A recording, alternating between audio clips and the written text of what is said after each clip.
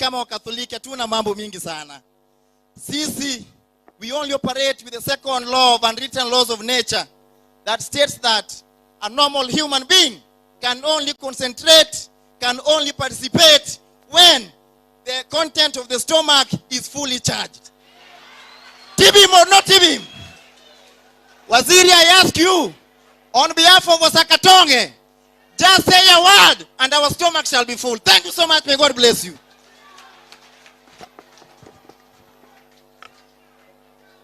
Mbadi kipenzi chetu, hatutamuacha milele. Mbadi kipenzi chetu, hatutamuacha milele. Let me welcome Aaron Odhiambo to finalize on that sector.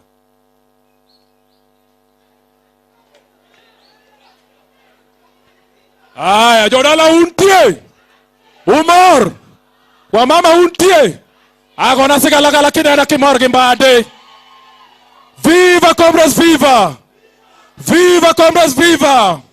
Viva Migori, viva! Viva Migori, viva! Dodala wa mauneno giwangu muko pimnu. Serikal mit kosok mit. Mai mapodi konana di opposition. Mana e piny moro Kenya ka. Ya pam na serikal. Pamuru na serikal kumawa untie. Nyaka Mbadi ruaka serikal ka Dodala wa uneno karaka ngimana olokore. Sani aringo gi GK 049E County 047 Nairobi pam na uru. Jodala wa adwana konu gimoro. Serikal imako gi lwedo ariyo. Nyaka ne piny chakre ndalo moko men watime matin geze ka ochuka beno bedo ma president 24 hours.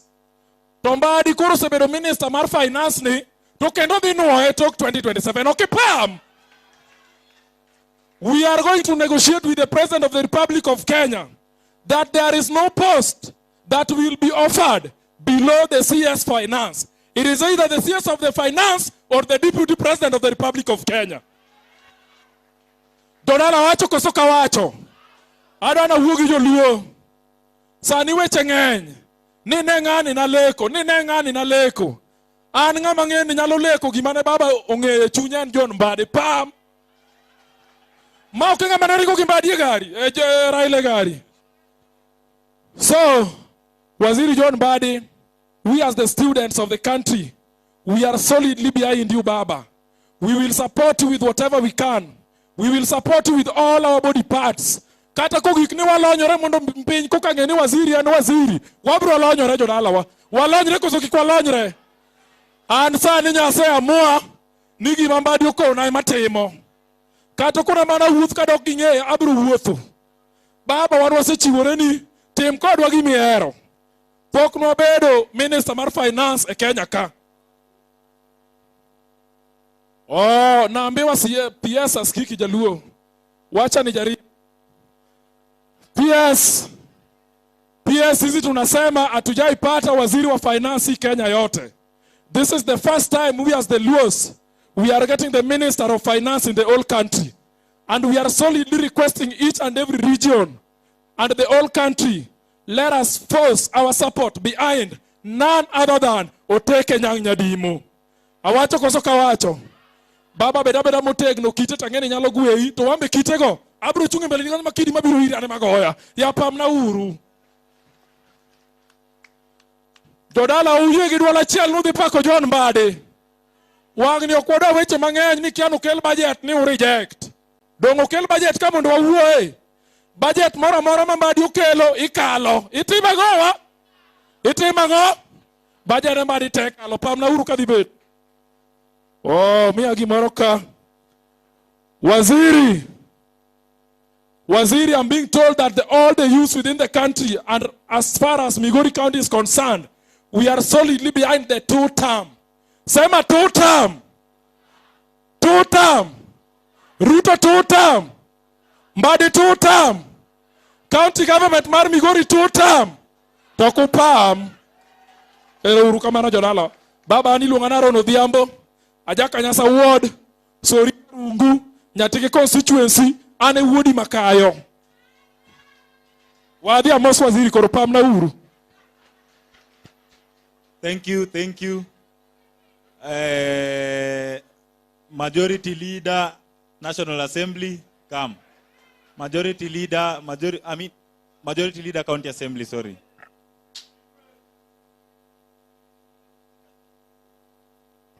Thank you very much. Hey. Have the CS of the whole of this country with us here. Broad-based bear kozok bear. Nyinga luongo ni Ken Ouma, ane majority leader ma Migori County.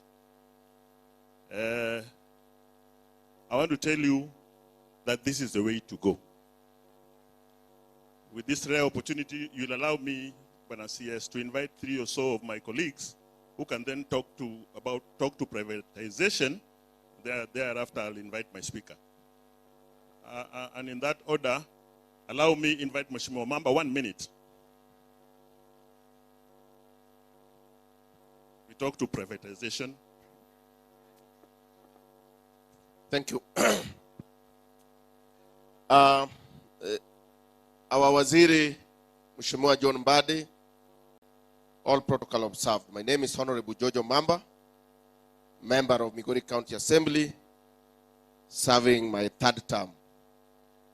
Waziri, I'm very glad to be here. And the agenda of today is properly and clearly stated here. The other time, Waziri, and why I think we really need to support the government initiative on this issue of privatization. Privatization, wananchi, increases efficiency.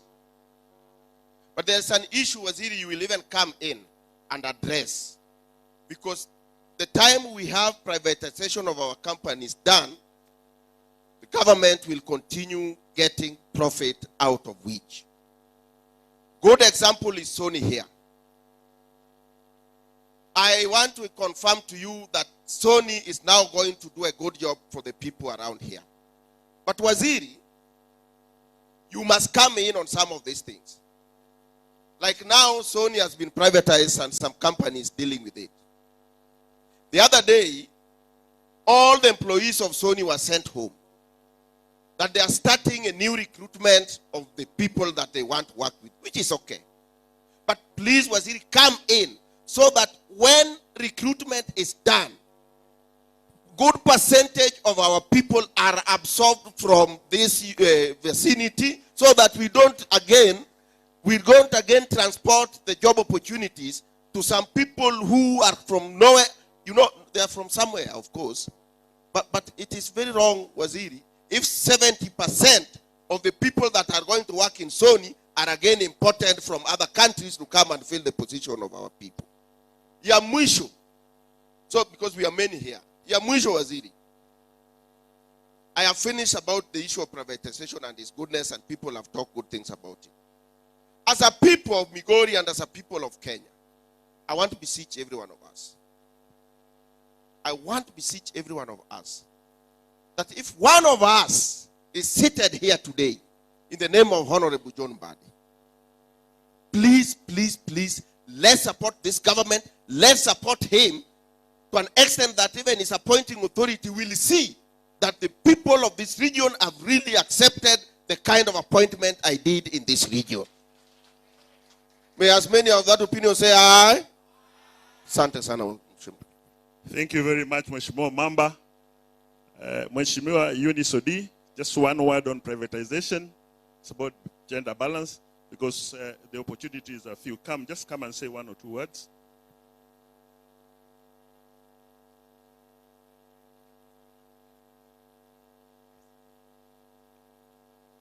Thank you so much to Waziri, my speaker, members of County Assembly, PS, and the protocol observed. Good morning. Morning. I'll be as brief as possible. I want to take this opportunity to thank Waziri for taking his time to visit Migori, to listen to the opinions of the people. Wanasema tusikize ground. This is now the ground, Waziri, that you want to listen and I believe you'll take the feedback back on privatization. Sorry. I will not dwell much on it because a lot has been said by my colleagues. Just like what a comrade said here, you take a learner to a private school with an aim of getting quality education. And that is why we are now privatizing our parastatals and the sectors, so that whatever the company was not able to produce, now the private partners or the private organization can now generate more income. Omamba has given a very good example in Sony. The production in Sony is now at par. Farmers are now being paid in time. The work is in progress, but there are challenges. So these are the challenges that, Waziri, we are calling you to come and help us address. Anything that has a merit must also have a demerit. So we will not only celebrate the privatization of these institutions, but we also have to look keenly into the demerits. If the demerits supersede merits, then we'll have the way, the other option to take. But I believe what you are doing as a FCPA, you've analyzed it, you've gone through it, and you understand it better.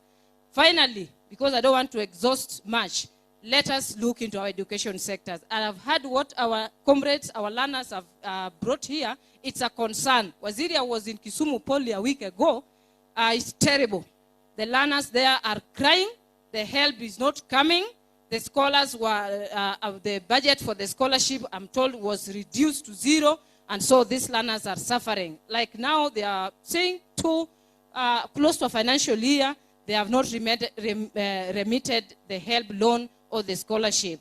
Watoto wanahangaika, most of them are home, and it's so frustrating. And I believe with your capability, you are going to do much. Thank you for supporting Migori, for supporting the Luos, for supporting the entire country, and continue the same spirit. Someone said here that he's confirming, affirming, and reaffirming that they'll support you.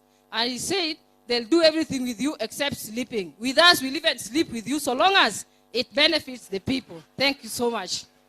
Thank you very much. Mheshimiwa Osewe, 1 minute. Owacho kosoko wacho. Uketa ni sleeping, uparo sleeping. Thank you, Majority Leader. Thank you, Honorable Waziri. My name is Honorable Sewe. And I just have 2 issues, Waziri, on issues of privatization. Number 1 is the concern on the possibility of creation of local monopolies. We've seen this with the sugar industry. For instance, if you haven't watched, please go and watch Morara Kebaso's presentation on the companies that were shortlisted for sugar industries, where you get a company A having shareholders A and B, A1 and B. When you look at the shareholding for company B, you still refer back to company A, where you have one sugar company being owned by just probably, 4 sugar companies being owned by just one private sector company. That is an issue that is of concern to us. And as the people of Migori would probably want to know how then we can benefit out of this. Number 2, I know with privatization comes with the issues of offloading of job opportunities, especially for the current job holders. As a youth and a member of County Assembly, we just needed to have an assurance from you that as you offload the older job groups or the old opportunities or those companies, the new opportunities that come, can you ensure that, number 1, at least we look at the age limit, so that we don't have people who are 60 and above or who have met the age retirement groups then being reabsorbed. Of course, I know there's the need for institutional memory and all that, but majority of those opportunities must be created for the youth of this country. Number 3, Waziri, I was just making notes. There's a new baby in the block, the National Infrastructure Fund. This new baby in the block, Waziri, I hope and I believe that with it comes consultancy services, with it comes new job opportunities. Kindly, I know you come from Homa Bay, but as you've always said, Migori County is like your home. Kindly, we want to urge that as you live here, you can be assured, or we can be assured, that majority of those jobs, majority of those services, as we create the new infrastructure fund, then therefore we can have our people represented. Last but not least, Waziri, there's the issue of public participation, and I was just wondering aloud. I have been enjoying the Court of Appeal judges' interviews. There's the issue of the Supreme Court decision on public participation and whether our views here would then be taken, and to what effect they would either change or influence the privatization issue. Thank you very much. Thank you very much. Mheshimiwa Machumbe, one minute, please. I'm challenged with the membership, so kindly bear with me. Ameniambia niongee Kiswahili. Na nataka nichukue nafasi hii Waziri Mbadi, mstahiki naibu wa gavana, mstahiki spika wa jimbo la Migori, itifaki zote zikizingatiwa, na wasalimu. Bwana Yesu asifiwe. Langu jina Mheshimiwa Machumbe, mwakilishi wa wodi ya Nyamosense. Tuko hapa kwa ujio wa Waziri Mbadi kwa mambo ya ubinafsishaji wa mashirika ya kiserikali. Ubinafsishaji wa mashirika ya kiserikali unapokuwa unafanywa, kuna tija fulani inatokea, na tija hii inakuwa ni kigezo muhimu katika mashirika yote na hata serikali kwa hususan. Je, labda langu tu swali ni moja, waziri, mihimili ya ubinafsishaji wa mashirika haya ya kiserikali ni ipi? Hayo ndio maswali ambayo tunafaa kuuliza.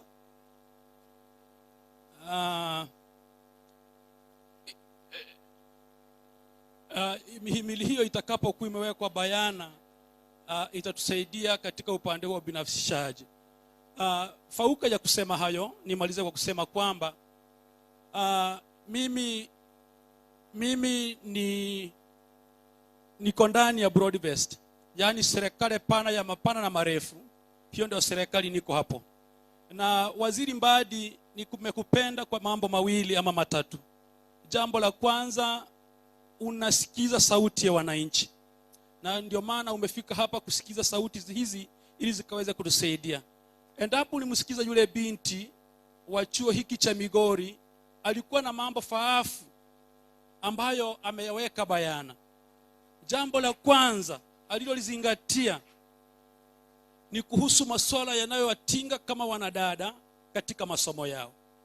Na je, kuna vipande, mfano akahusia vipande za sodo na mambo kadhalika yanayohasibu hapa chuoni. Naomba ukayazingatie. Mwisho kabisa upande huo, amesema kwamba kuna wale wenzetu wenye vyuo vikuu wana help, lakini hawa wa vyuo vya kati hawana. Naomba kawakumbuke na wao, kawakumbuke. Mwisho nikimaliza nataka niseme kwamba Waziri Mbadi, Mungu anapokuwa anatengeneza mambo huwa na sababu. Na nataka nishukuru Mungu kwa sababu ya baba yetu Raila, Mungu amlaze mahala pema panapostahiki wema, ni kwamba alipokuwa akiaga alipanga mambo yake. Akasema Wakinochilo wabaki kwa county government, Wakinanyongo wabaki kwa county government, na wewe ubaki pale national government. Na hivyo kila mtu ashikilie laini yake, wasije kukusubua pale tena national government kwamba wanataka nafasi kule juu. Wewe ulipangwa, baba alipanga mambo akamaliza. Akasema Mbadi abaki pale, awe pale national government, na Wakinochilo, Wakinorengo wengine wabaki county government. Kila mtu abaki penye baba alimpanga. Kwa hivyo Mbadi, sisi tunakutakia mema kule. Na sisi kama wanajamii wananyanza, hata sisi kama Wakuria tunamuunga Mbadi. Hata sisi siku moja maeneo haya ya ziwa la kanda la ziwa tukaweze kupata rais wetu, tutajisikia vizuri tukiwa na Mbadi. Kwa hivyo mimi singependa kuwa na mengi, na muombea rais wa Jamhuri ya Kenya 2 term. Naomba tuseme 2 term kwa William Samoei Ruto. Ili nataka niwaambie kitu kimoja. Ili huyu muungwana Mbadi apate nguvu, lazima tupatie rais William Ruto 2 term. Uongo ama si ukweli? Kwa hivyo lazima tumpe rais wa William Samoei Ruto 2 term. Mbadi apate nguvu, akue next term 2032 tumwambie Mbadi umetosha, enda urais sasa. Pasipo hivyo tutakuwa tunachemsha. Singependa kuwa na mengi. Mimi ni rafiki yako. Nafikiri unanipanga vizuri upande ule mwingine. Mimi nitakuja tutaongea. Mungu wa mbinguni wabariki wote. Bwana Waziri, that is the only UDA member in Migori. So I had to give him an opportunity. Mheshimiwa Olima, 1 minute.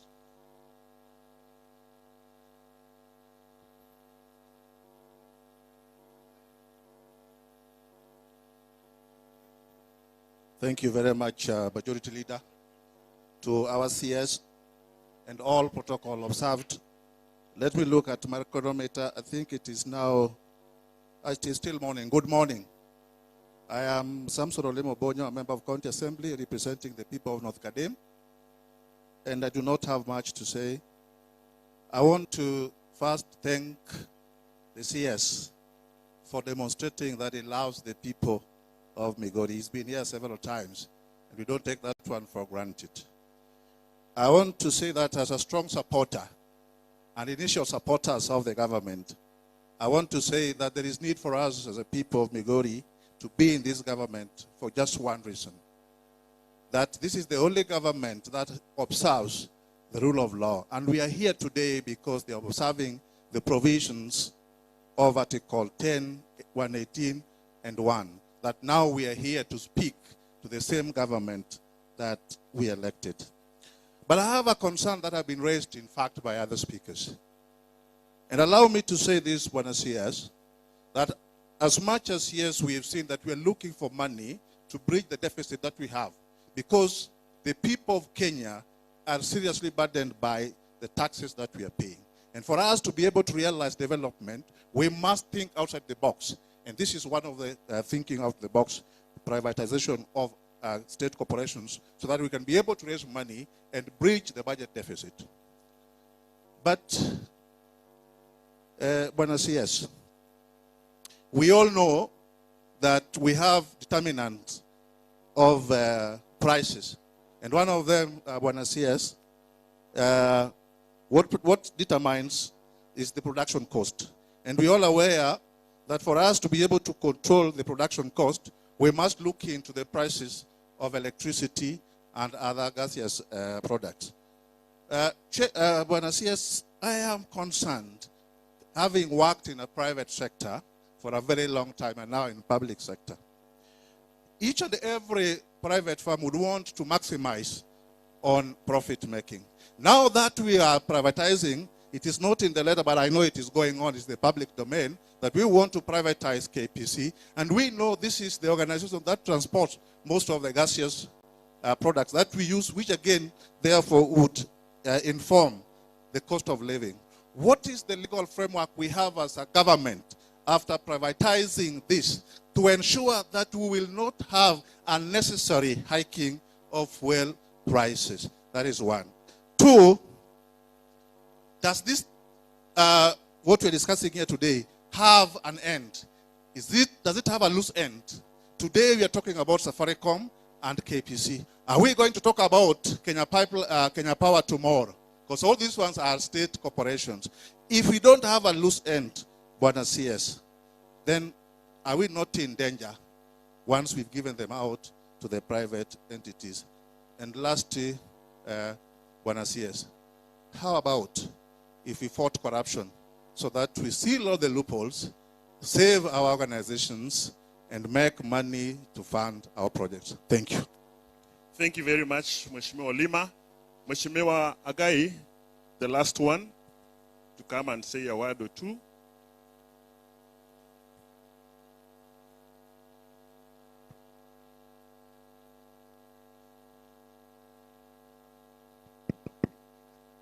Thank you, Waziri. Allow me to ride on the protocol already established. I would have really loved to say one or two when Waziri is out, but nevertheless, I believe with him in his entourage, the experts that are from his office. One straight, I have a concern. Well, my name is Collins Agai. I'm a certified public accountant, and therefore I think this is my area of specialization. I can technically contribute. One, my concern is, and I want to put in a very simple market model. If you are in business, you have to optimize, you have to maximize opportunity so that you get the best price. I've been wondering aloud, what really stopped the government having the Safaricom shares listed in stock exchange and opened for the tender, so that we would have got the best bidder financially. Vodafone, that we are selling 15% of the shares, are already part of the shareholders in the Safaricom stake. And therefore, I know, again, it is critical that if you are selling, of course, as an insider, Vodacom is one. And therefore, they are what we call asymmetric information that they are private to, other than if this was exposed to the market exchange. It is good that privatization brings effective and efficiency. But then, it's a fact that it's not always that there are only goodies that comes with it. How prepared is the government is to bridge the gap on the shortcomings of such issues? So another issue, second issue, is looking at it, Waziri, the other day, I saw that the cost that is payable to consultancy came to around 3.9 billion. I was wondering, of course, an expert, if within the treasury we do not have experts that would advise on the sale of the 15% shares, such that this would have saved the public the 3.9 billion in terms of consultancies. So I've asked two issues. Why, Waziri, did we have it listed in the stock exchange so that we could get the best bidder, save for an insider, which is a Vodafone, and the issue of the 3.9 billion. Thank you, Waziri. Thank you very much. It'll allow me, other colleagues, due to constraint of time, I'll not be able to invite any other speaker on this matter.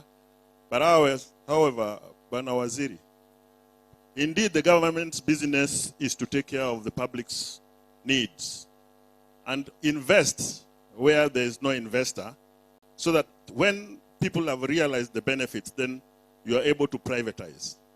But as you do that, I want to add that we address the primary role of the government. I don't see why people are paying school fees for education in this country. I don't really understand. There is no need of paying school fees if the government is maximizing, and is a cause you've really stood strongly about, and I want to urge you not to stop. The cause for making sure there is no money that goes to the MPs for CDF, then they selectively give 3,000, 2,000. Let all that money come to the treasury. That money then pay fees so that each and every human being who is in this country and feels like going for education gets it free of charge.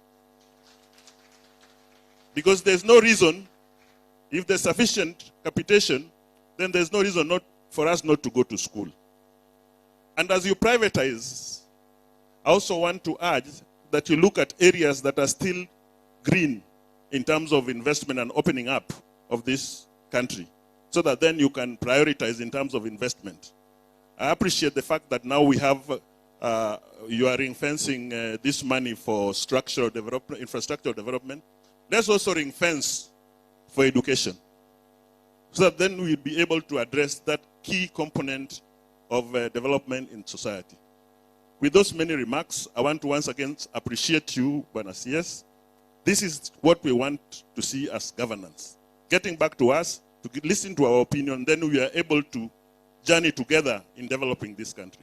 I believe in this broad-based approach towards developing Kenya. Two-term kosok two-term. Two-term kosok two-term. Mbadi nyang kosok nyang. Asanteni sana. Bwana Speaker, maybe this is the opportunity for you to say a word. Thank you. Thank you, Bwana Waziri. I want to thank you very much for taking the initiative to involve our youths in management of the affairs of this country. I have seen it for myself. The university students are here. We have youths. We have people who never before have been involved in decision making in this country. If you remember very well, in 2024, during the Gen Z demonstrations, majority of them were university students. And the complaint was that they were not involved in decision making. They were not involved when that finance bill was being formulated. You have responded to that, and now you have involved the young people, the youths, the university students in making decisions regarding matters that affect them more than anybody else. Thank you for that.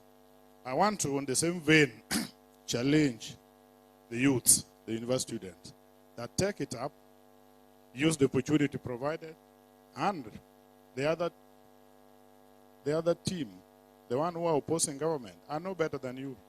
They're not brighter than you. So don't allow them to mess up our country, because most of them are only opposing because they are not involved. Now that youths are involved and you are youth of this country, let's have a resolve to support the government wholly.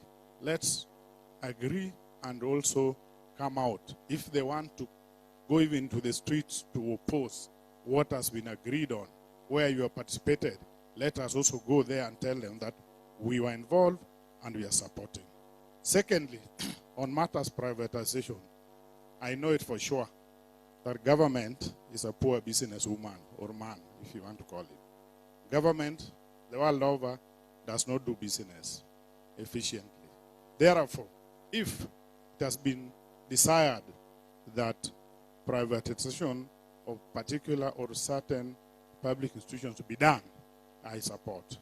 Save for the fact that once money has been earned, Waziri, from that sale, the money should be put into good use so that it does not give opportunity to the shenanigans to hit back at us and say that oh, this money was meant for this and has not been applied perfectly. The only requirement from us as leaders on the ground is that if the privatization money earned from privatization is put into good use, we are supporting and we are going to stand by you. Lastly, Waziri, I want to repeat it for the 18th time, that if you want to know a man or a woman is good or bad, give them two things. Give them power and money. They will change their character. They will change even their manner of dressing. Waziri Mbadi, since you are given both money and power, don't come on, you have not changed. You have been with your people, you have been supporting us, you've been crisscrossing this country. And we know it all. We have so many, we have been having cabinet secretaries before, we have been having ministers before. For the first time, the only cabinet minister that I've seen frequent grassroots is Honorable FCPA John Mbadi. For that, kudos, and I want to tell you that the leaders, our county assembly, and our people in Migori are standing with you. We are with you now. We are with you in 2027 as we support President William Ruto, and we are with you in 2032. May God give you the desires of your heart. Thank you so much. Thank you.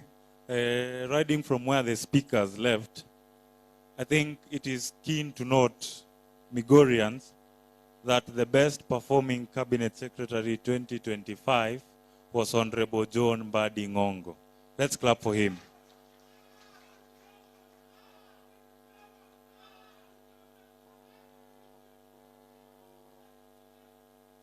You cannot be ranked as the best performing cabinet secretary in the country if you're not doing drastic changes.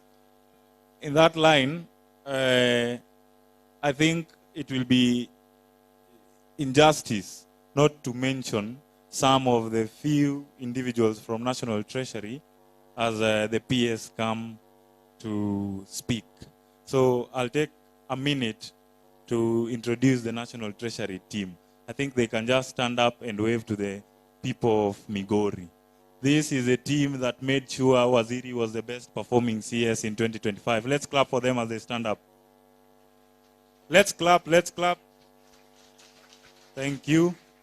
At this point, let me welcome the PS for Economic Planning, PS Makoa. Let's clap as he comes.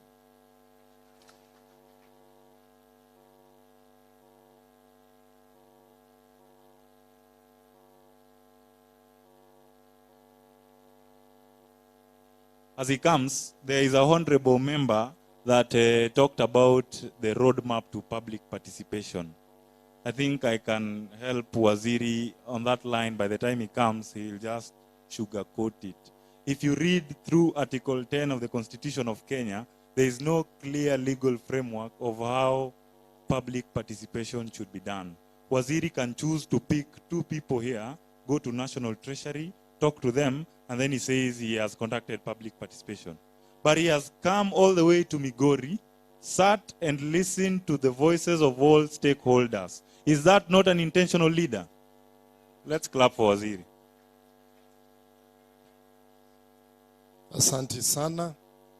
Naomba kuwasalimu katika jina la Yesu Kristo wana Migori. Bwana asifiwe. Allow me to invite my brother PS Cyril Odede to go first as the son of the soil, and thereafter nitakuja kuweka nyongeza. Tumpe makofi anapokuja.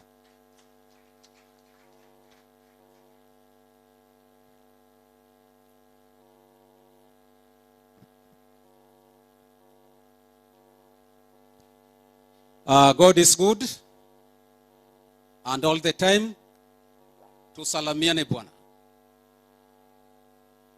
Okay, now before I proceed, let me once again welcome National Treasury team to this particular forum. They have already waved. And secondly, most of you didn't know that my brother, Dr. Boniface Makoha, who is the Principal Secretary, State Department for Planning at the National Treasury, is with us. My brother, wave again so that they see you. And I want to tell you people that this is part of broad-based government. We were appointed the same day, we were sworn in the same day, and we were taken to go and assist FCPA, our CS, John Mbadi. Before I say what I wanted to say, we have a Deputy Governor with us here. I'll call upon the Deputy Governor to come and say a word, then I will say what I want to say. Bwana Deputy Governor, karibu.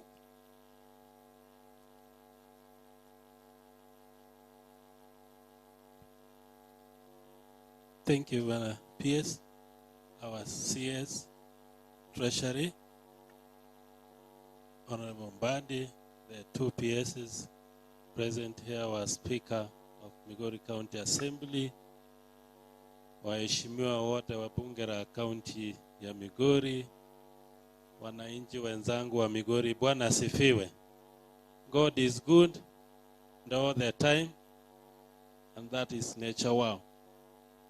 I won't speak much because most of the feelings of the people of Migori have been highlighted by my fellow Migorians, especially on the issue of privatizing the 2 institutions of the Republic of Kenya, the Safaricom and the pipeline. As one say, maybe next will be the other one. But I want to re-emphasize on the issue my governor had raised. As we privatize the big institutions, organization of this country, let us also establish new one or operationalize the existing one. You have many institutions that are not yet operationalized, and yet the money from the national government or our friends or partners have been used to establish these institutions. Bwana CS, we have a great concern, especially the industrial park. Our industrial park is ready, and we are looking for partners or investors to come up and take up the industry. If we don't really put a lot of emphasis our CS, that project that the government and the county government we used over 500 million will remain a big elephant. The people of Kenya and the people of Migori may not see the importance of that facility.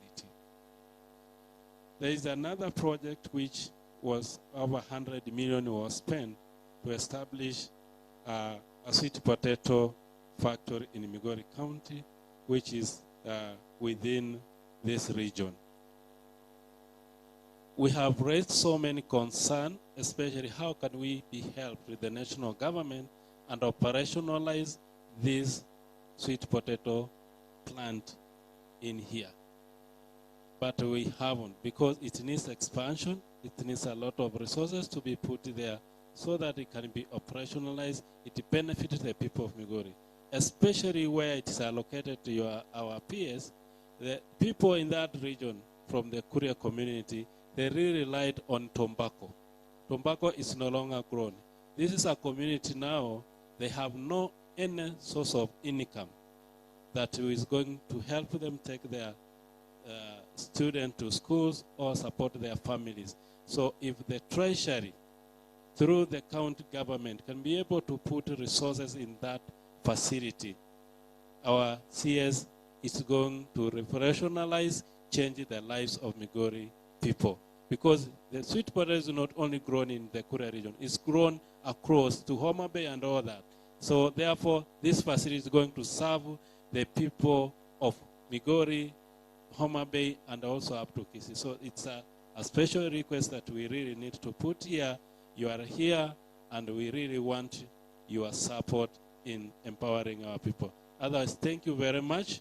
As the people of Migori, my friends, the speaker, and the rest have said, you have our support. We really want to support you and understand you, and in a special way, I want to invite you to Kuria. The people of Kuria loves you, and are part and parcel of the people of Migori. Asante sana, karibu tena Migori County. Thank you very much.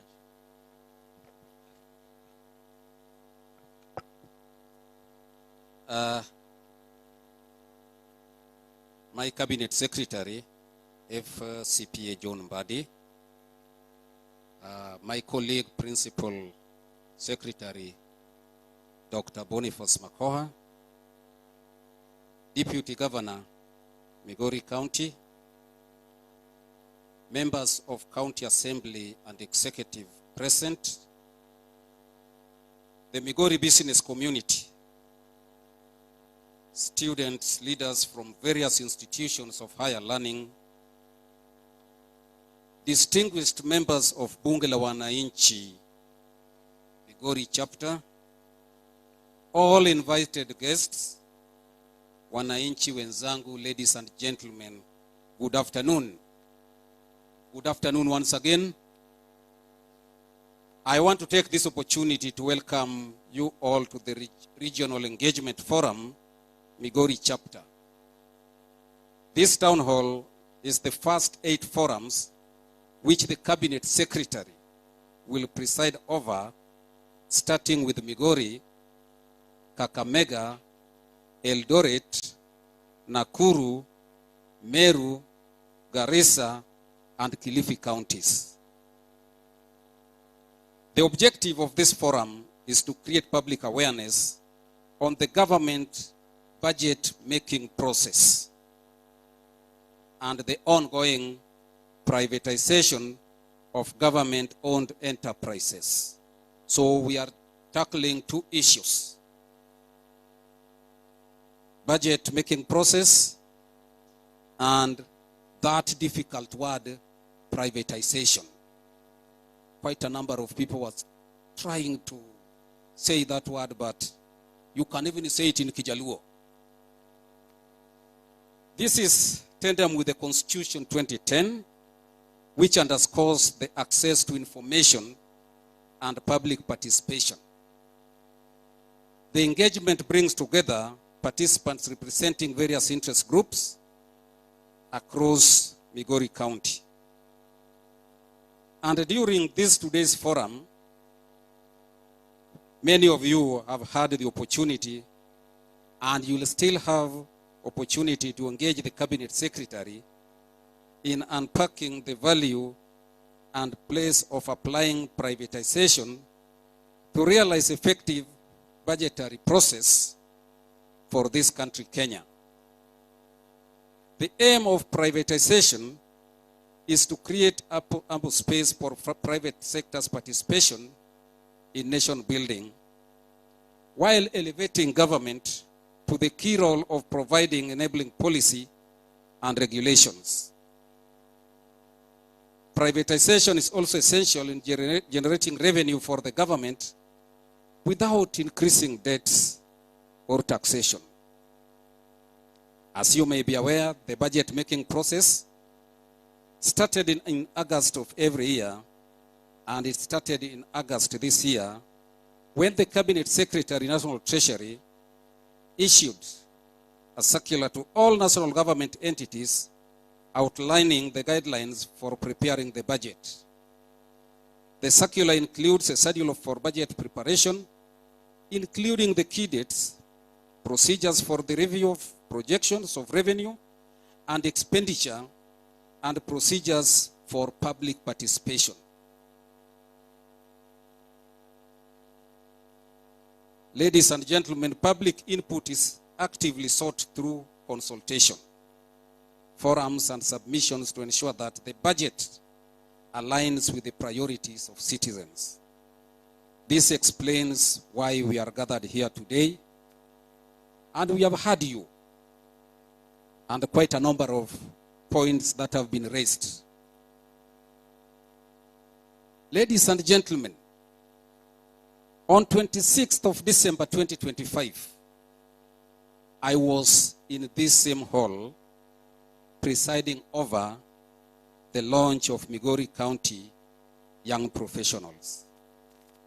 In my address, I challenged the youth of Migori to register their companies in the e-government procurement system to enable them access government procurement opportunities, especially the 30% reserved for women, youth, and persons living with a disability. Once again, let me retaliate this call because we are keen to empower women, youth, and people with disabilities. One speaker talked about curbing corruption. We can only curb corruption because corruption starts from procurement. And we can only curb it if we standardized everything. And to standardize what we are talking about to curb corruption, we are talking about processing all the goods and services being procured both by national government and county government through EGP. I can assure Migori that it is only County Assembly of Migori that is processing their tenders through EGP. I'm yet to see the executive processing their tenders from there. Congratulations, Migori County Assembly. And the Speaker, talk to your counterparts in the executive. I know they are all here. If you don't process it through EGP, don't come back to me to backdate for your letter. I've seen now letters coming, PS backdate for me because I did it outside EGP. There is no backdating. Let the auditors deal with you. Let EACC come and arrest you. So that is one thing National Treasury is doing to curb corruption. Having said that, I now urge all of you to keenly follow today's proceedings candidly. Engage and provide your feedback that is necessary to enrich the budget-making process and privatization of this process, of these two companies. Bwana CS, there are so many issues because sisi kama watu wadogo in your department, we don't deal with giving answers. We give you the answers and you tell the wananchi there the answers. Quite a number of issues have been raised, which I know very well that you tackle them candidly when you faced Parliament. The most important one was lowering interest rate Somebody talked of data security. How sure are we with our data security? One asked where our, whatever we are going to get, the 2.4 billion, how are we going to reinvest that money? They raised the issue of affordable education. They raised the issue of job security. Someone raised an issue of corporate social responsibility.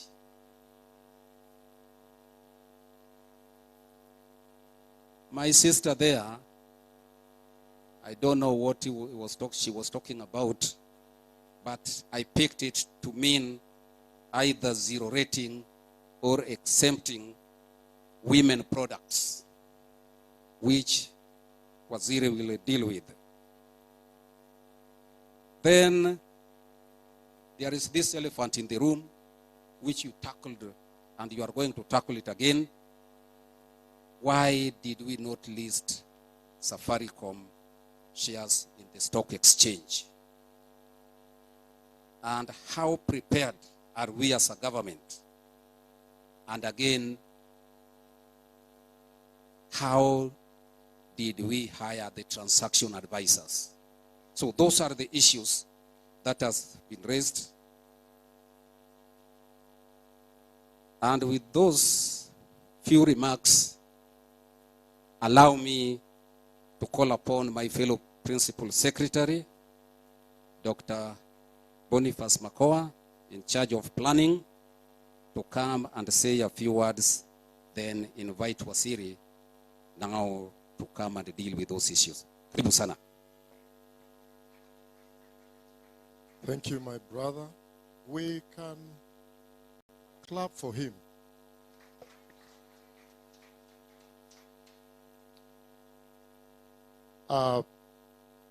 Waziri, my brother PS, the DG, the Speaker, the County Assembly, Bunge la Wananchi, students who are here, together with all stakeholders, I want to greet you again. Good afternoon. Yeah, my name is Boniface Makoha, the Principal Secretary for Economic Planning, under the able leadership of our CS FCPA, John Mbadi. I'll skip some of the intro because my brother has already done that, and dive straight to a few things that I want us to look at. Of course, setting the pace for the CS to come and speak to you. Fellow wananchi of Migori, leaders, business people, students, and community representatives, Kenya's journey under the 4th medium-term plan of Vision 2030 and the bottom-up economic transformation agenda is about one simple question: how do we grow our economy? How do we create jobs?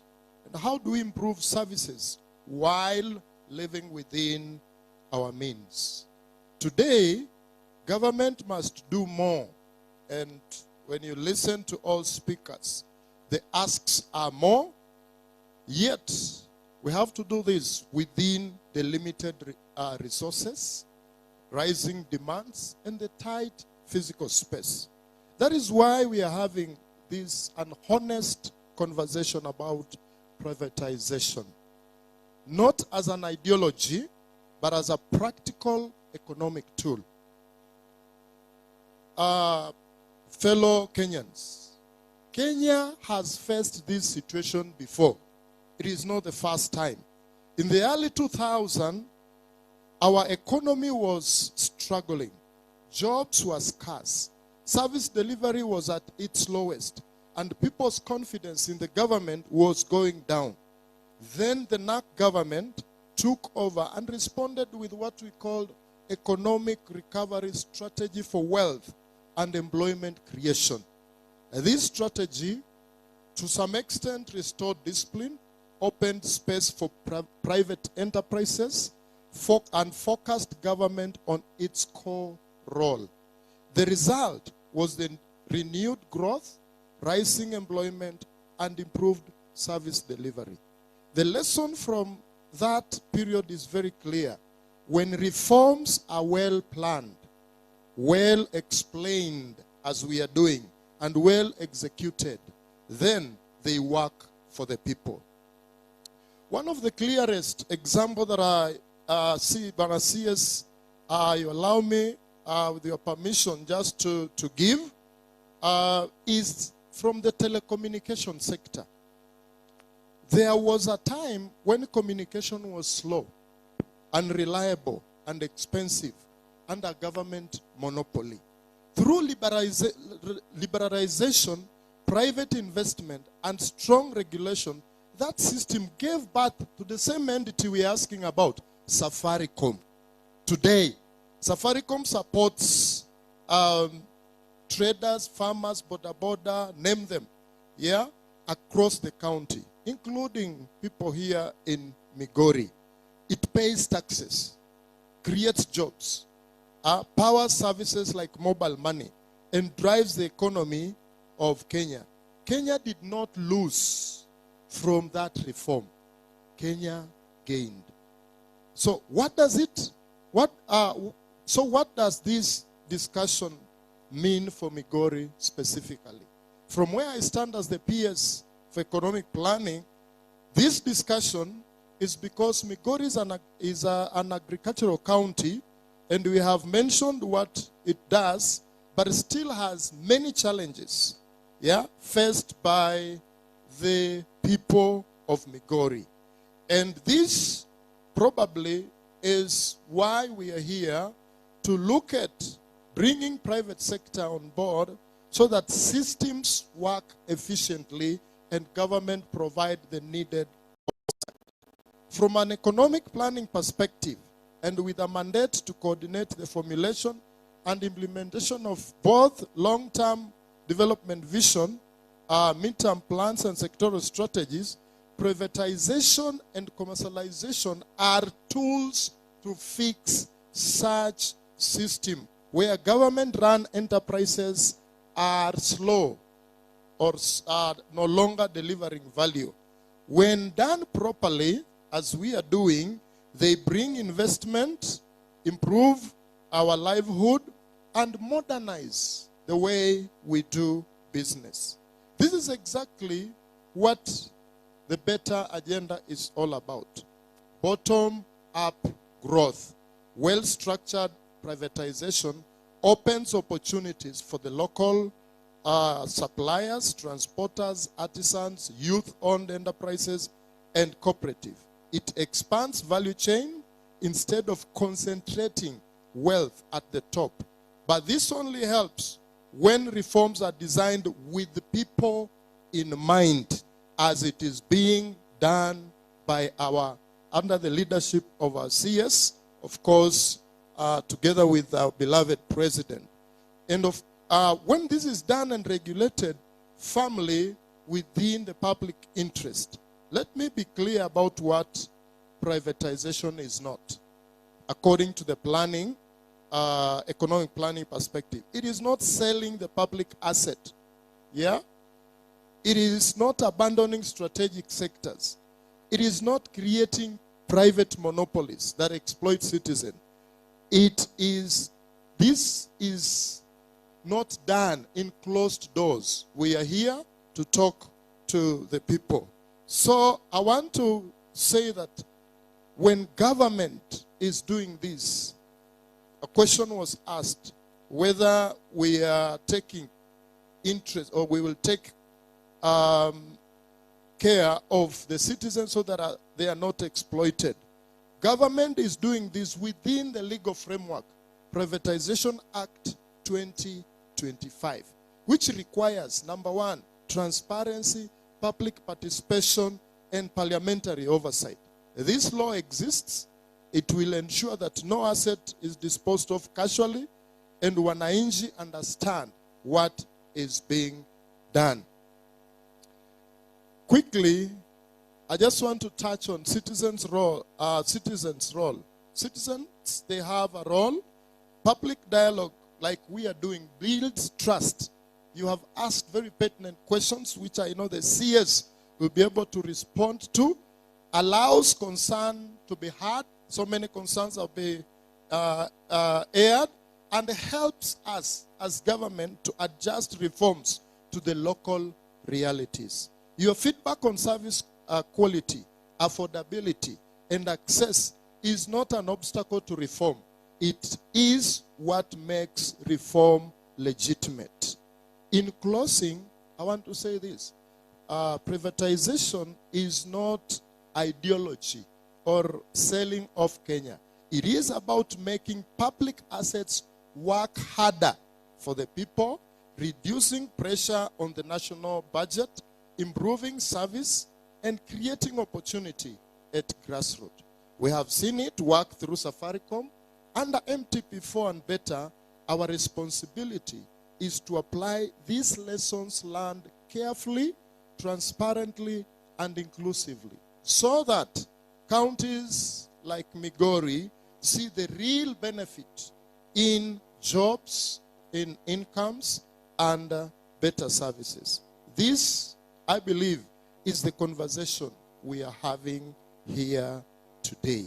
I want to stop there and assure you that under the leadership of the CS, the National Treasury has been very proactive in ensuring we leave no one behind.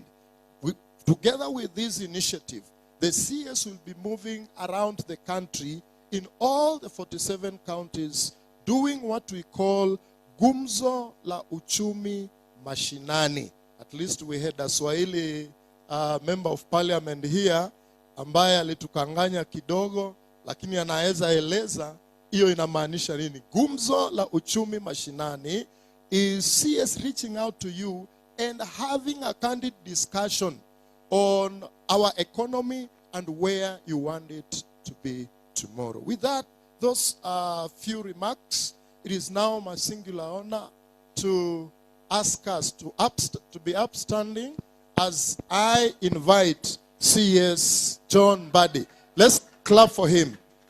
Asante sana. Let's have our seats kindly. Let's have.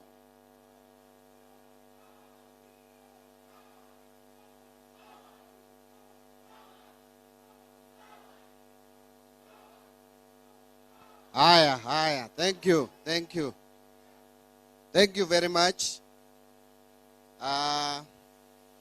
Let me begin first by giving the formal address to this gathering. And I would start by recognizing the representatives from the University Students Association who have helped me in organizing this forum. Esteemed student team leaders or team members, members of the business community, members of Bunge la Wananchi, my team from the National Treasury, the national government officials led by the county commissioner, distinguished guests, ladies and gentlemen, good morning. I think it's afternoon now. Good afternoon. Let me first start by extending to you all a warm welcome to this stakeholder engagement forum. I wish to thank you all for finding time to attend this very critical event that provides us with an opportunity to share our views on the management of public resources in the country, and particularly in the budget process, more so as it relates to our development agenda. So at that point, I want just to mention that today's engagement was covering not only privatization, but also the budget-making process, which has just begun. The coming month of February, we are going to table into the National Assembly, to the Parliament actually, both houses, our budget policy statement for 2026-27. And therefore, this engagement is very important. It is not an academic exercise. It's an engagement that is going to inform what will be coming into our budget estimates for 2026, 2027.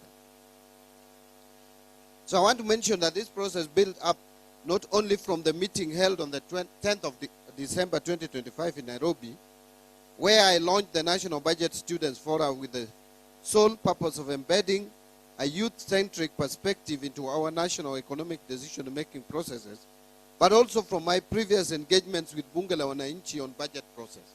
Remember last year, I had a historic engagement at Jivanji Garden with the public, more particularly Bunge la Wananchi, on the 2025-2026 budget. That was followed with other engagements, notably in Mombasa, Eldoret, and Kisumu. So during the students' launch, it was agreed on the need for a wider engagement with the youth of this country in their respective regions on matters pertaining to public financial management. Further, in view of the recent government efforts on privatization, it has been deemed fit to broaden this engagement to include the business community and the Bunge la Wananchi for a more comprehensive stakeholder information and participation. The successful engagement with the Bunge la Wananchi in the last financial year could only be built upon. Feedback from the Bunge membership has been that this engagement must continue. The National Treasury's engagement with members of the business community is also not new. Under my watch, it has been definitely been enriching in shaping my resolve to have in place more inclusive policies that allow more Kenyans to participate in public resource management. Ladies and gentlemen, I wish to emphasize that this is not just a policy initiative, but rather a legal obligation rooted in Article 201A of our Constitution, which mandates for public participation in all financial matters so as to enhance transparency, accountability, efficient utilization of resources, and value for money in the management of public resources. And I think other speakers who have spoken ahead of me have also mentioned the same. So then it means Kenyans are already resonating very well with our Constitution. So at the National Treasury, we have come to the realization that the government alone cannot effectively respond to the multifaceted challenges facing our country, particularly on unemployment, gaps in skills development, digital literacy, entrepreneurship, and inclusive governance for a demographic dividend. In this regard, I have prioritized stakeholder participation as a key dimension of governance and one of the pillars for a sustainable development. We shall enhance collaboration with our stakeholders, including the youth, private sector, experts, civil society organizations, volunteers, and local communities, which is ever more critical.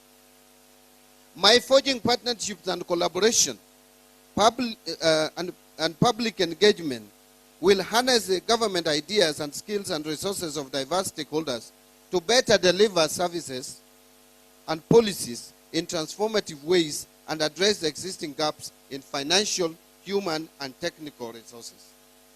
I wish to reiterate that the youth are a significant demographic of our country, making up 75% of the population, with a potential for contributing towards economic development of the country.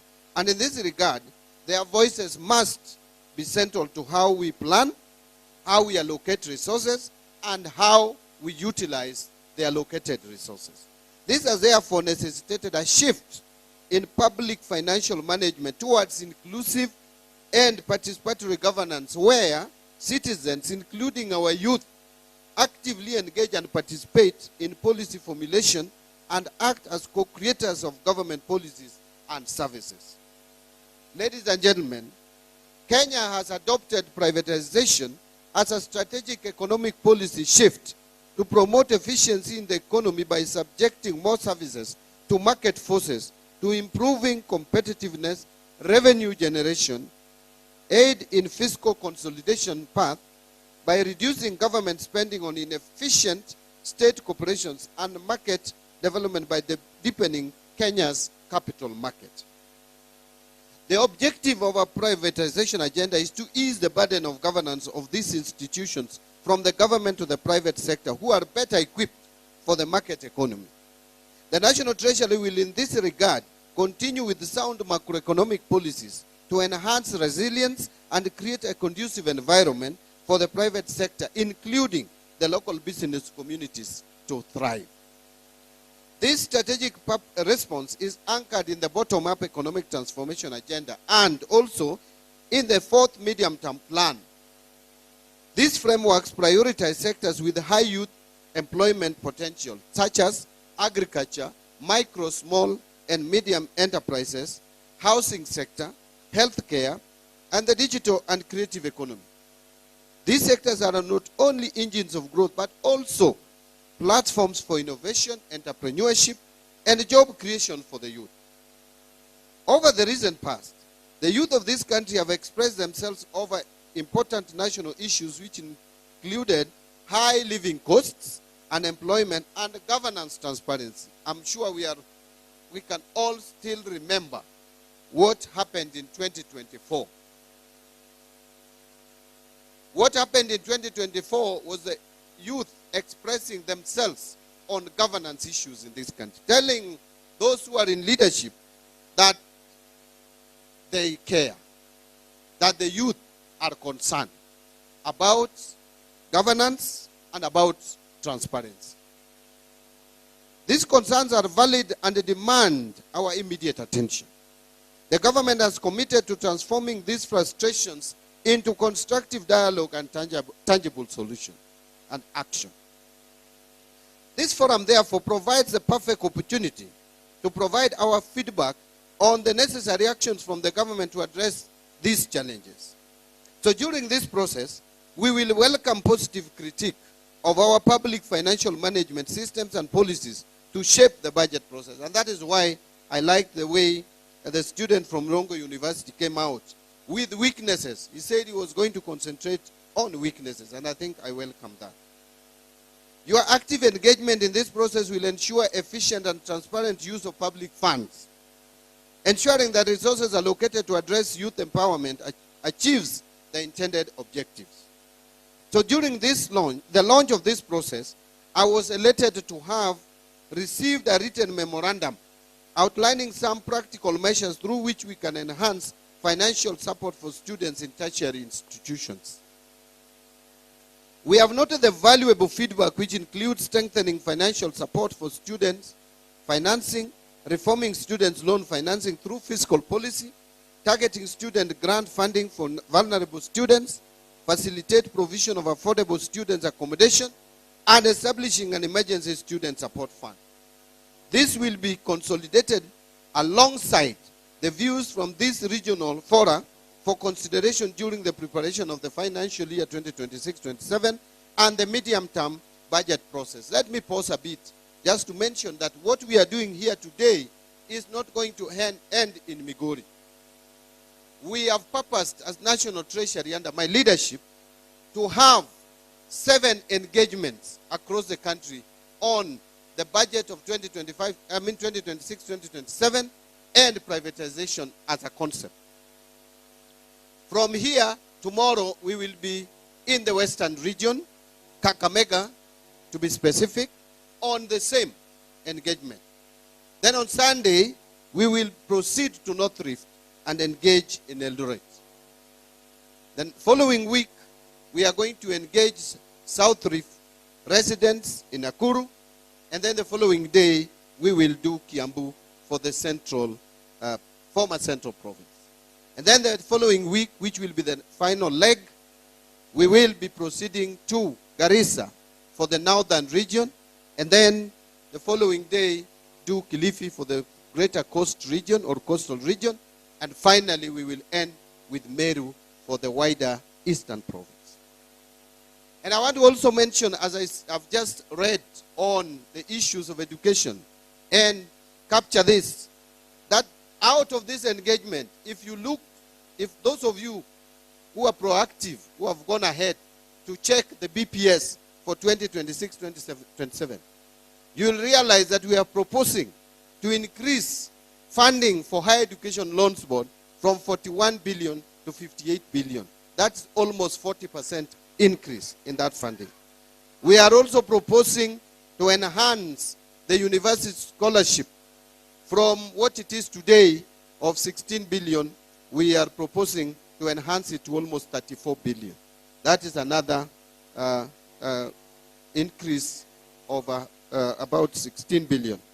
Now, that is a demonstration that the engagement we have been having with the youth and the students is not in vain, that we are listening. So we will make those proposals to Parliament. Parliament will consider and approve. I want to respond at this stage that I've heard some people say that we are defunding education as a government. Far from it. Let me be categorical. The truth is that education requirement is very high. But we have made deliberate efforts to make sure that we make education affordable in this country. And that is why, if you look at the budget for education in 2022 and what we have proposed for 2026-2027, it's an increase of about 150 billion going to the education sector. So whoever is claiming that we are defunding education is being economical with the truth.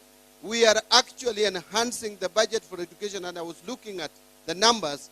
Last financial year, which is the current financial year, the current financial year 2025-2026, we have provided 703 billion for education. But in the coming financial year, we are even proposing a higher figure, moving from 703 billion to 748 billion. That is an additional 45 billion shillings going to the education sector, even with the financial challenges we are facing. I wanted just to underscore, because many of us have spoken about funding education, I wanted to underscore that at this stage so that it comes out clearly. Furthermore, we are also aware of the financial strains facing our public institutions, which impact the quality of education and future prospects of our youth.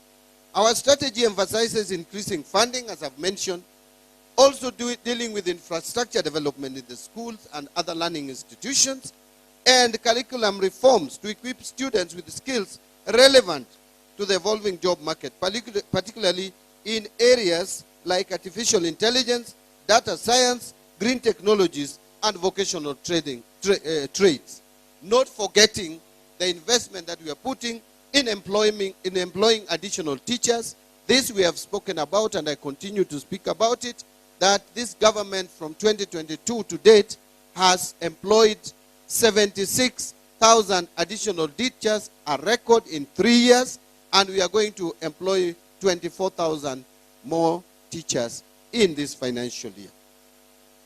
So, ladies and gentlemen, as you are aware, the government has been in the process of formulating the 2026-27 and the medium-term budget. We have in this regard prepared a draft 2026 budget policy statement containing the proposed policies and resource limits for the period. This document has been uploaded on the National Treasury website for public review and comments. I want to invite you to go to the National Treasury's website to see for yourself, because it's a public document, the budget policy statement. It will show you where we want this country to go. It will also show you the budget ceilings for each sector. You can see how much we are allocating for health, how much we are allocating for education, how much we are allocating for social intervention, and how much we are even allocating for infrastructure, and all the other sectors, including security, so that you can comment, you can inform the discussion around the budget for 2026-27. A lot of times, we wait until the budgets are concluded, then we start lamenting and complaining why a specific sector has not received enhanced budgetary provision. Yet now you have the opportunity to make your voice heard by the National Treasury and the government of Kenya through National Assembly. Please take advantage of this window and communicate with us. Even if you write to National Assembly, all the correspondences received at the National Assembly must be acted on. That I have communicated to my team, and they are aware. So please take advantage. So I'm looking forward to receiving valuable comments from, to inform the finalization before submission to Parliament by mid-February. I wish to urge for your concerted effort to enable us build a Kenya where opportunities are accessible to all, where youth are empowered to lead, and where our collective aspirations become reality. Together, we can forge a prosperous, inclusive, and resilient nation.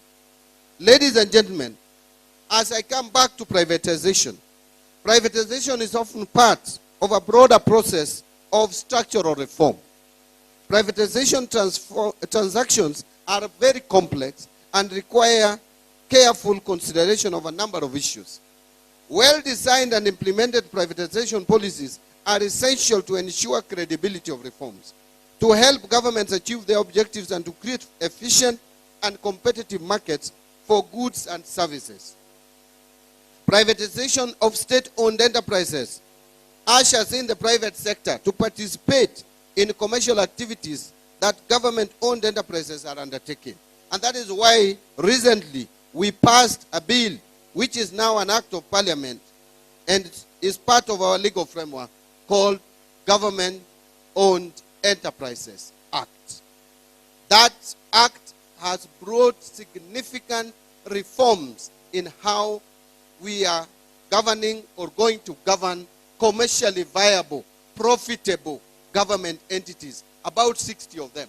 They are going to be run with a commercial mindset, not where when Mbadi fails in his bid, in his political bid, then you find a space for them in these state-owned enterprises. That is going to be a thing of the past. Board members or governance structures of these government-owned enterprises are going to be recruited competitively through interviews, and they are not going to remain political appointees as it is today. We will still continue making political appointees in other state-owned enterprises that are not commercially viable or which are not profit-making. You can go and earn some allowances in those other enterprises. But those which are considered commercial enterprises are going to be run with a business mindset. That is the reform that we have brought in state-owned enterprises. Let me move quickly to conclude my formal address. Then I will have a few minutes to engage you off the cuff. Na hapo naweza ongea Kijaluo nikipenda. So this is necessary because the private sector carries out commercial activities more efficiently, and that has been said, than the public sector, especially in a competitive industry. By the way, I hope you are aware that you as individuals and your private businesses are included when I make reference to the private sector. Every one of us here belongs to the private sector. So the benefits of privatization include lower prices, and that it surprised me when many of us had the feeling that if we privatize KPC, that it would result into higher prices. That, far from it, it should be the reverse. And I will explain to you once I finish my speech. Results in better quality of goods and services produced, wider choices for consumers, more innovation, minimal red tape in decision making, and less corruption. To safeguard these benefits of privatization, the government has a social obligation to maintain a fair business environment through appropriate regulations and policies. Already, Kenya has developed a fairly robust regulatory environment with the Competition Authority of Kenya overseeing all sectors of the economy, supported by sector-specific regulators such as Communications Authority of Kenya. So privatization as a key tool to address the following three major economic balances government, which I want to mention, the three major economic issues that need to be addressed through privatization. One is the government debt, two is the public expenditure, and three is revenue raising. So in this regard, a robust program must be designed to address fiscal sustainability challenges by limiting government debt, constraining budget deficits, and promoting counter-cyclical fiscal policy. Having pursued fiscal consolidation in the recent years, The policy has now reached optimal levels and hence cannot be pushed further. Kenyans have told us no more taxation. No more taxation. Ama kuna mtu hapa anataka tulipe ushuru zaidi ya what we are paying today. Kama kunaye, nataka kuona ukiinua mkono. Kama unataka kulipa more taxes. Kuna mtu hapa anataka tuendelee na kukopa deni zaidi. Then we must be innovative. We must be creative because services must still be provided. Kenyans still want services.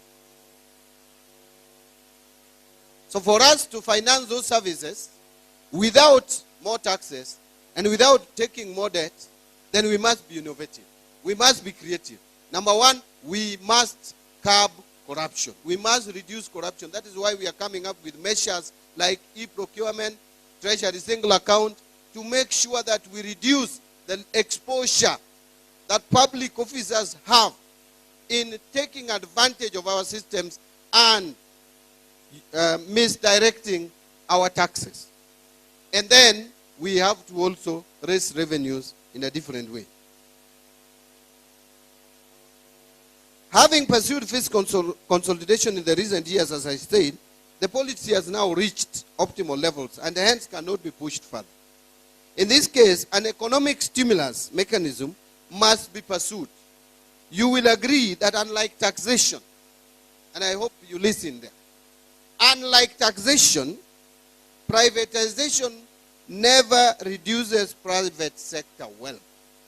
Privatization, in most cases, encourages propensity to invest and enhances aggregate demand, which in the long run would widen the revenue base. Taxation reduces private sector wealth.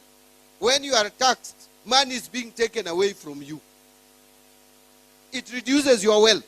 Whether you are very rich, moderately rich, or barely surviving. Like many of us. But still, we are coming for your money in your pocket. Despite the struggles. So taxation is something that, even though we can't avoid it, but it reduces our wealth. But privatization does not. It does the opposite. Privatization gives you an opportunity to invest your resources that you have in an asset that would be profitable and that would give you more resources. As I conclude, I want to say that our economy is in a critical turning point.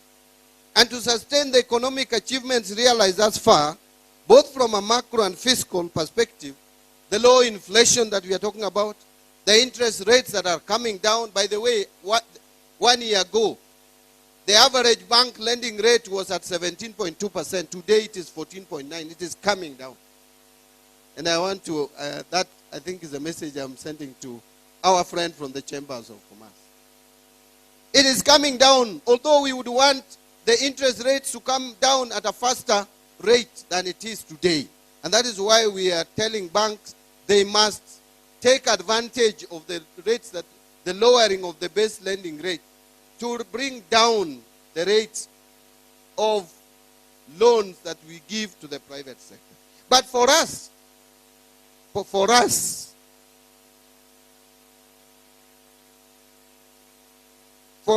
to maintain that momentum of these positives at the macro and fiscal level, we must turn to innovative financing mechanisms to fund our infrastructure and public service projects. So as the financial needs of the government continue to outpace available public resources, private sector participation has become a critical tool in addressing infrastructure gaps, enhancing service delivery, and promoting sustainable development. There are many success stories on privatization, ladies and gentlemen, as I conclude, before you allow me to make a few off-the-cuff remarks. It is not just Safaricom. By the way, let me remind you, Safaricom was barely a department in the government. It's a small thing, making some meager profit. And people were happy with it that time, that this is a profitable company. The government took a decisive decision in 2008 to privatize Safaricom. In fact, even earlier, to invite partners. Then after that, after inviting the partners, in 2008, the government offered to the general public part of Safaricom. That is why today we own 25% of Safaricom as individuals, as Kenyans. 25%. Look at the transformation that has taken place in Safaricom. The kind of profitability of this venture. What makes you think that we have reached the optimum? There is still room for Safaricom to even be more profitable. And let me tell you, the technology space and telecommunication, more particularly telecommunication, is advancing rapidly. You cannot afford to be static. But with heavy government presence in Safaricom, we will be stifling growth in Safaricom. Because government by its nature, whether you go to America, you go to China, you come back to Kenya, is bureaucratic. Government systems are bureaucratic. It is like there is a policy in government that a document cannot be transacted fast.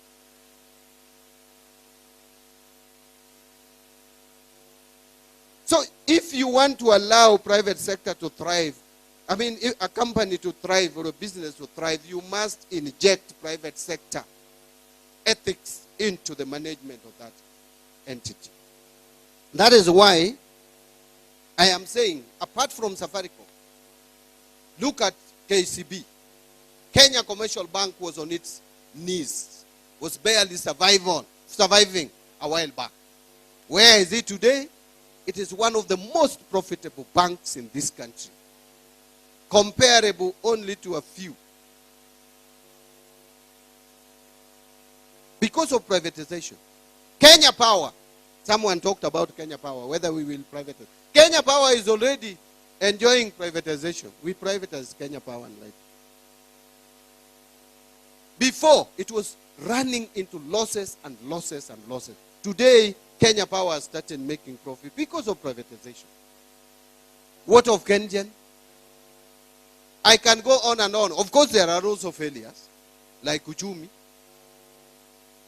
We tried to privatize it. It's a total flop. So it depends on how you execute privatization and the timing. If your timing is wrong, you will get it wrong.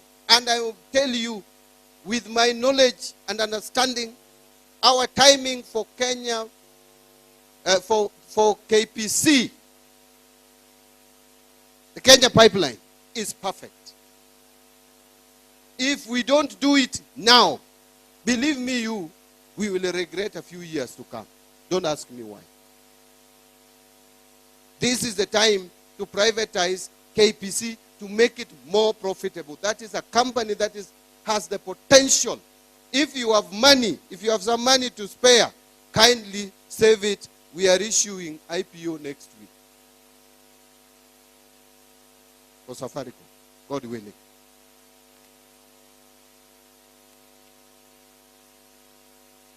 Thank you. Wacha sasa nirudi kwa off the cuff. And I want to say this in English before maybe you allow me. I know there are a few of us in the gathering who don't understand Doluo, including my great friend, Deputy Governor. Lakini siku hizi unaishi hapa Migori. I am sure you understand a lot. If I were you, I would still continue pretending that I don't understand. Yes, nijue kina nani wananisengenya. But let me point out the following. I have spoken a lot about budgets. And ladies and gentlemen, maybe you don't know. Let me tell you. Many of you who saw me lose weight when I got into this office, you don't know why. Our economy for a long time has been on its deathbed. To the extent, inafika tarehe 15 and you have not cleared paying salaries for public servants. was that frustrating? 15th of the following month, people who have worked for the government have not been paid in full. Loans, external loans are coming up for payment, debt settlement, and you don't know whether you will pay them or not. Kenya was listed among 6 countries in Africa by IMF which were going to default, not which would have defaulted. No, they were going to default. It was just about when. 5 of those countries have defaulted. It's only Kenya which has not defaulted. And by the way, many of us don't know the implication of defaulting. That is an economy that is completely ruined. The moment you default, that is an economy that cannot easily come back unless now you just become slaves of other people. They will be directing you, do this, remove staff. How many staff do you have in your payroll? 3 million, 2 million. That's what would have happened to Kenya. You are told how many chiefs do you have across the country? We have 10,000, remove 5, remain with only 5. And you have no choice, you'll take them home. How many county commissioners? Go home. How many teachers? You can survive with half. How many MCAs? You must make sure that the MCAs across the country from 1,400 reduced to half. Members of parliament reduced to half. Salary, everybody reduced by half. That is what would have happened to Kenya. So, it is because of decisions that have been taken over the years. Some of them are very faulty. You invest in an infrastructure project that has 30 years of repayment period, payback period, 30 years, and you are taking a loan of 5 years to finance it. 5 years loan for a project that will start paying you in 30 years. Are you being clever?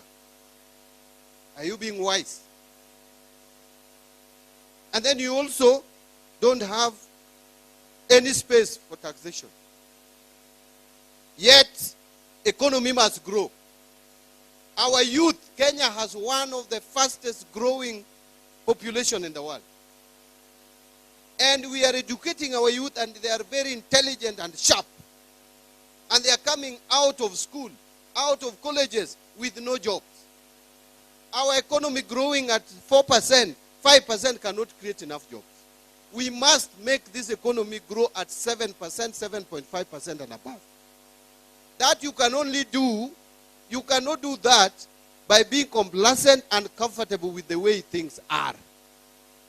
We must invest more in infrastructure in this country to expand the economy of the country without A, taxing people, 2, taking expensive loans that would be impossible to pay. So where do you run? You have assets here. You have Safaricom making profit, yes.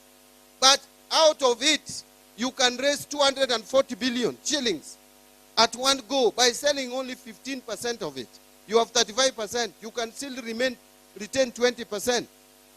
And by the way, it is not just this government which is selling or offloading shares. It's actually not even sale. It's offloading shares. It's only Uhuru Kenyatta who did not offload shares in Safaricom. Moi did 40%. Kibaki did 25%. We are only doing 15%. Why this noise about 15%? Why didn't you make noise when Kibaki was releasing 25%? Or is it because of ethnicity? What is the justification? 240 billion. How much dividend are we getting out of 15 billion today? Out of 15 billion today, we would be getting about 6 billion shillings. Divide 240 by 6. 40 years. It will take us 40 years to get, if we retain the 15% and get dividends. That dividend, if we get the 240, that 240, we will take 40 years. So you want to refuse money today because you want to earn the same money for 40 years. Will you be alive? You have not even factored the time value of money, because 240 billion today is not 240 over the years up to 40 years. So long as where you put that money makes sense. And that is why we are saying that, yes, we have some infrastructure projects which can be commercially viable. Which roads we can toll, dams which we can use for irrigation, commercial irrigation. We have energy in this country. The reason why we have blackouts all over the place is because Kenya is generating only 3,000 megawatts per year. But our economy should generate no less than 10,000 megawatts. Where are we going to get money to generate more power? Mutaua Wandai bure, ati Wandai anafanya kuna blackout, anatoa power wapi? He cannot manufacture power in Ugunja. He needs to invest money to generate power and transmit it across everywhere in our villages and in our factories. Where does he get that money? He has to come to me. Where do I get the money? If I cannot offload these shares, what do? I will go to IMF, World Bank, to China, to borrow loans expensively. Who will pay it? You and your grandchildren. If I cannot go for loan, I will come for your money. I will come for your salary. I will come for ile pesa unatengeneza ukiuza mboga. But if I can't come for it, allow me to offload some shares. And what we are saying, we are offloading these shares. We get 240 billion and put it in an infrastructure fund. That infrastructure fund is going to crowd in private sector. So what am I saying? Let me just explain it in a minute. If, for example, a road has been costed. Now, let me not give the example of a road. Let me give the example of JKIA. We have the worst airport in the region today. And we are the biggest economy in this region. Number 6 in Africa.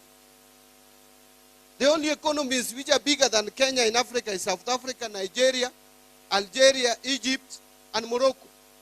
All in, apart from South Africa and Nigeria, North Africa. Kenya is the only economy standing in this region. We have bypassed Ethiopia. Yet we have, what if I was speaking in Kijalu, I would say Kundudok. As airport, leaking. You arrive in Jomo Kenyatta and it is leaking. It's a shame. And it is costing around 260 billion shillings. If, for example, we make 20%, we take from this fund, 20% of that cost, which will be about 50 billion, and invest, and we cost it, and we say this airport will pay itself, because people who are coming in pay money at the airport. Those who are bringing goods pay money. The air ticketing, everybody, the airlines, they pay money. They will pay back. We take 50 billion, we look for people with money, institutional investors. Bila kuenda kwa dani, tutaenda kwa institutional investors who have money, both external and internal. And we partner. What in Kiingereza tunasema blended capital. And do that airport in 1 or 2 years. And then we start crowding in investment in this country.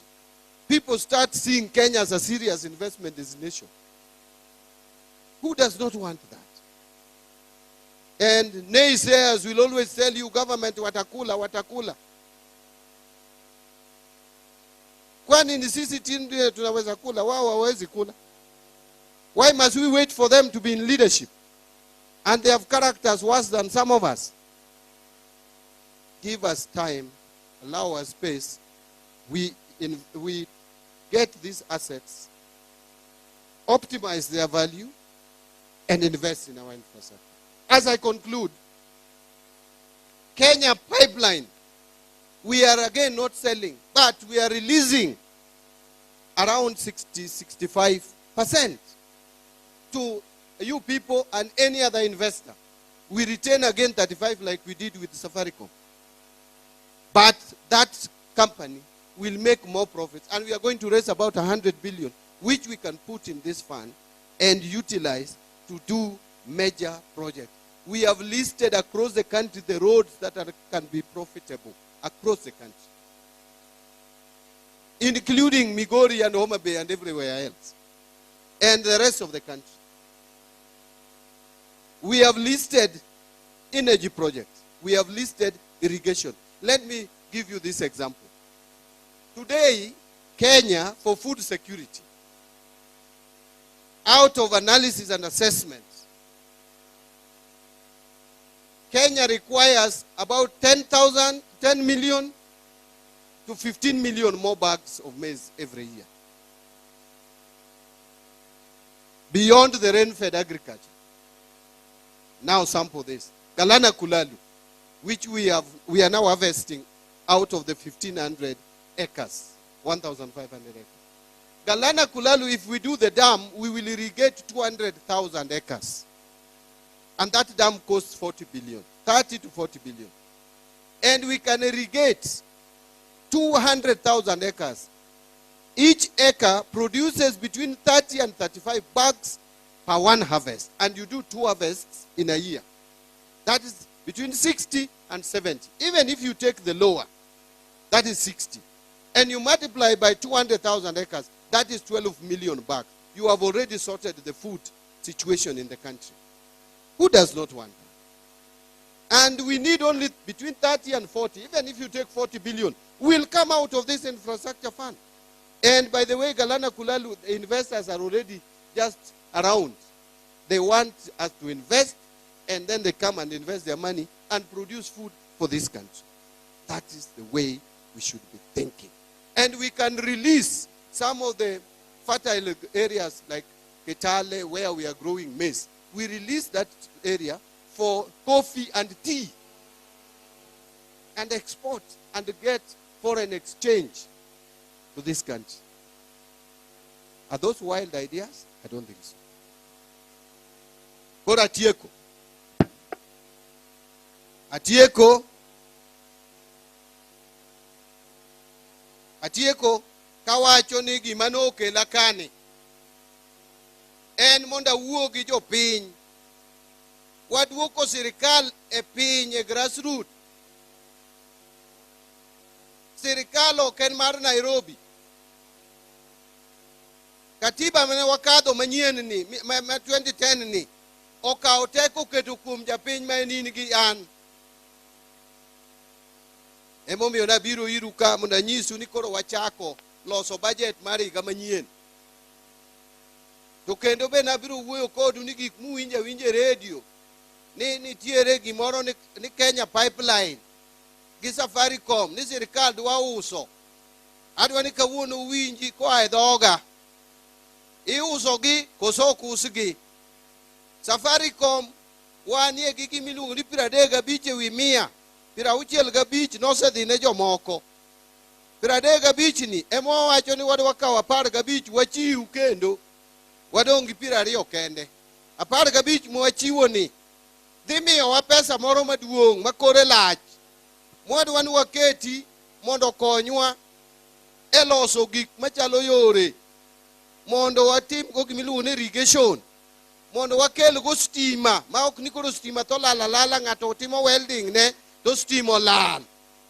Uwinja ni ng'ato nosekoni ni akelo ni pesa kiny abiro adwa ni los na koma ni mondo ka kiny adonjo to ayud ko ikore.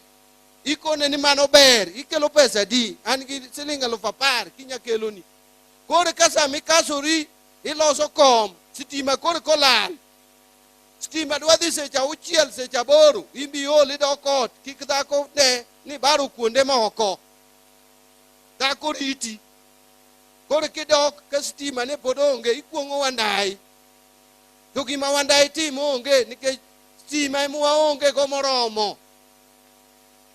Koro wadwaro ni mondo wamany pesa ma wanyalo kelo go stima mabedo reliable.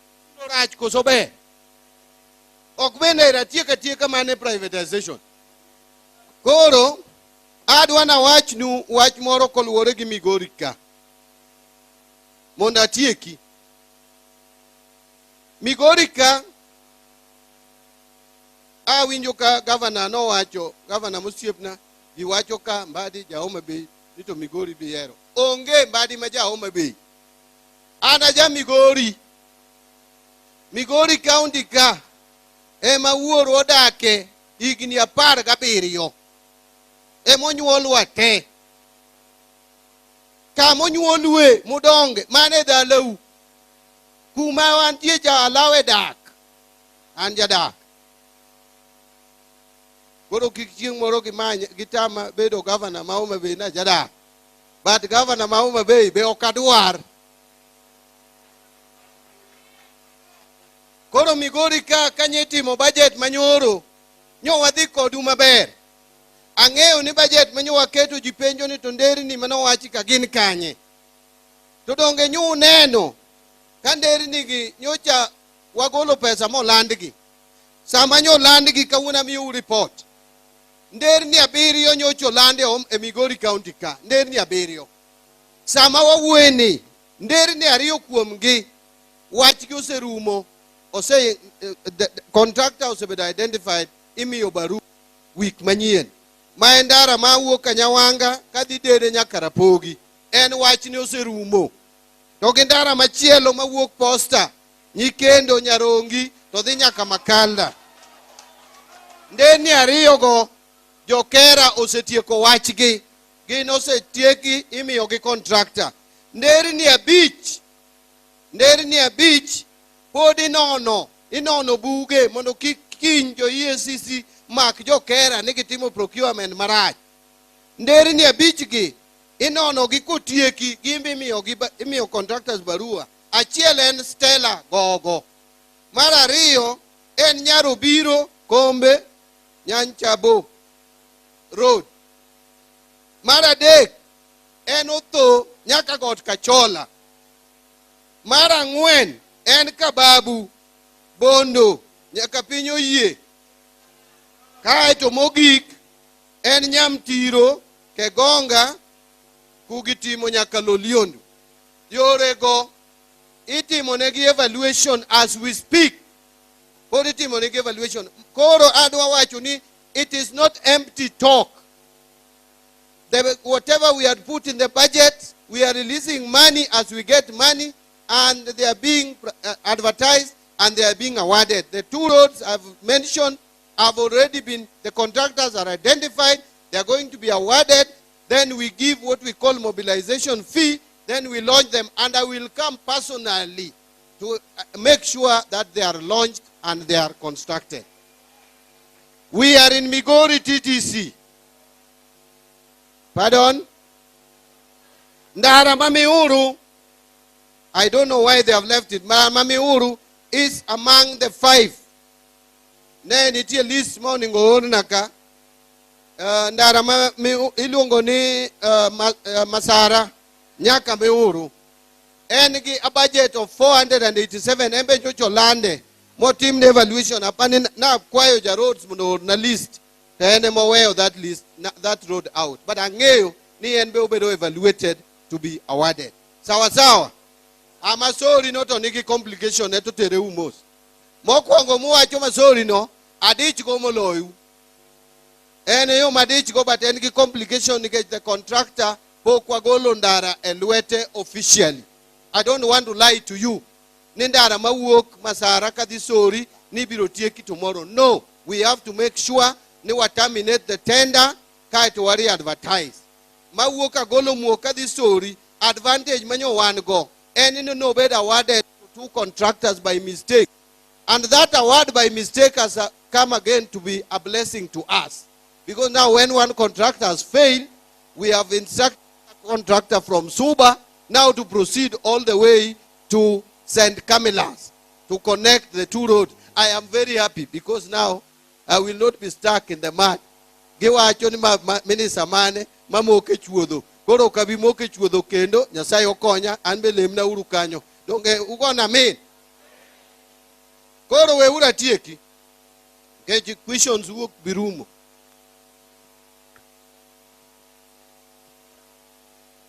Adwa tieko kawacho mana kaugini koro. Wach ni orumo. Migori ka, TTC, when a principal, you know, we had already allocated for you a budget for the issue of, what do we call them?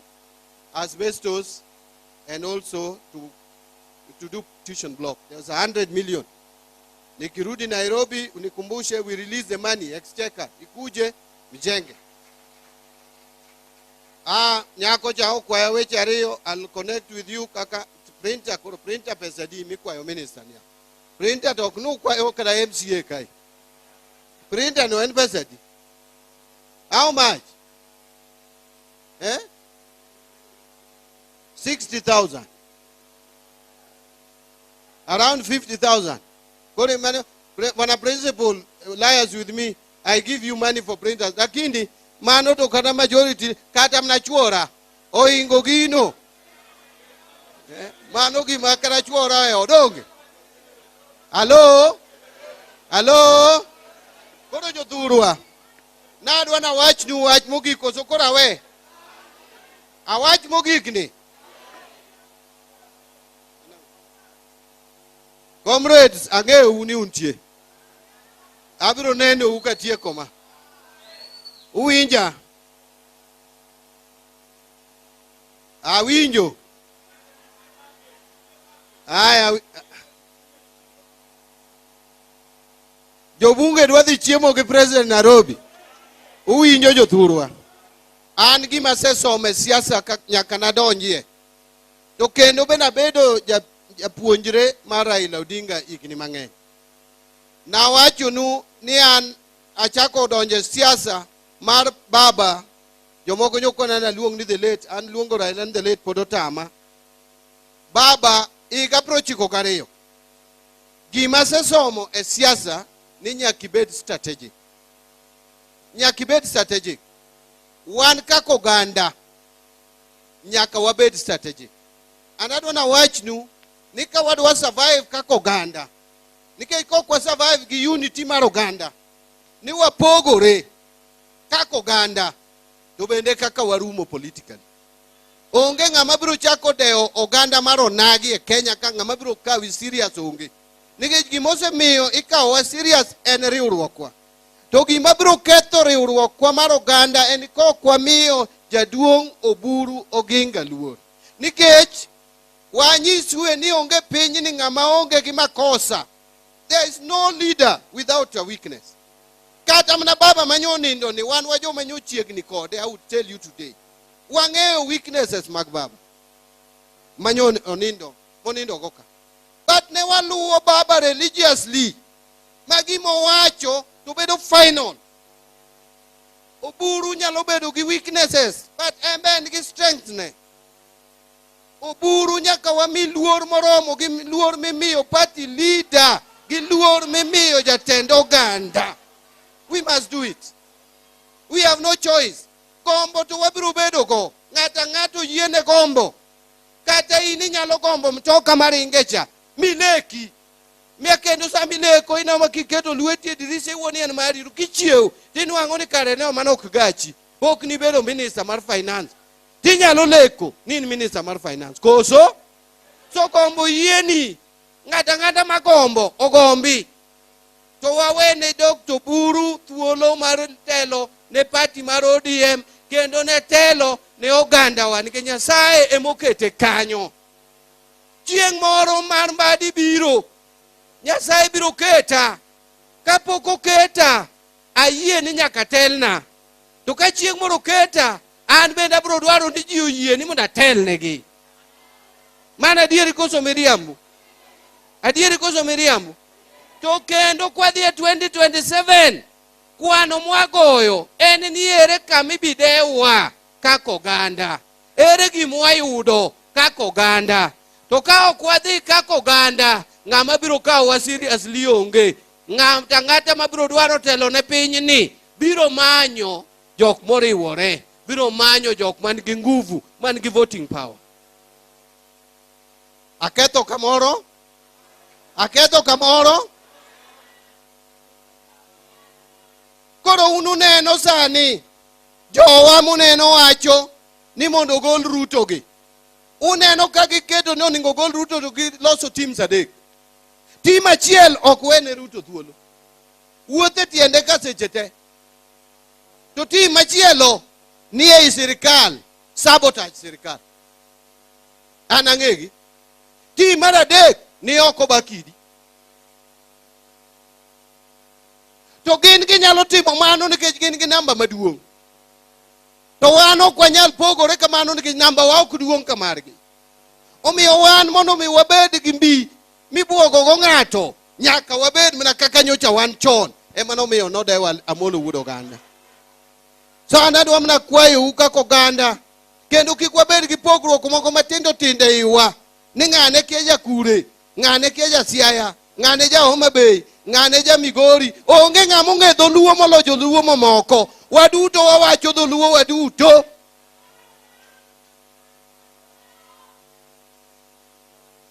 Koro an gima tieko 2032 kono ung'eyo ni onge arrangement mwabiro bede 2027 ka ok wagogo kwan ma 2032. Ng'ata madonjo kodwa arrangement nyaka nyiswa road map ma 2032. Nikech wan bende kaka oganda nyaka ne Kenya yudo uhuru to wan oganda maratipo machalo kama. Kendo wan mwakedo ne Kenya ni to onge dichieng' moseyiene jaluo mondo otelne Kenya ka ng'a mitiyo wa kamano. Wan bende nyaka waikre, nyaka wapangre, nyaka watim jogging, nyaka warwak sirweche motegno miluongo ni uniform mar 2032. Ji adi moyie gi mano? Aparo ni gi kanyo uwe achop gi kanyo. Kech ung'eyo ni ng'ama notimo ang'o? Ni ng'ama notimo ang'o? Ni ng'ama notimo ang'o? Ni ng'ama notimo ang'o? Ng'ama nong'eyo onge. To Nyasaye mepolo malo to notimore nade? Nyasaye mepolo malo to notimore nade? Thank you very much. Kora aparo ni bende gi kama chopene. Aparo ni ji osebedo nyaka koro saa 7 chopo. We have done our best. Okapar ni there is even need for again opening up any discussion. Nikeja temo duoko, all the sectors were represented here effectively. And the issues came from the groups. And Mbadi has responded. Sawa sawa. Aparo niki kama wagikeni.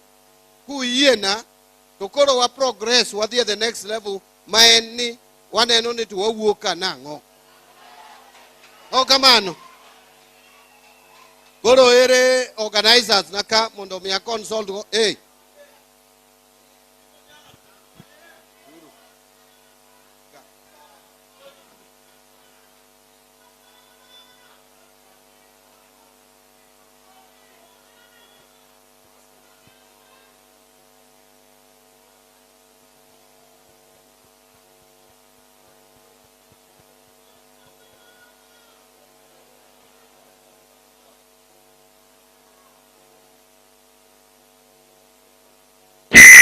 Aya.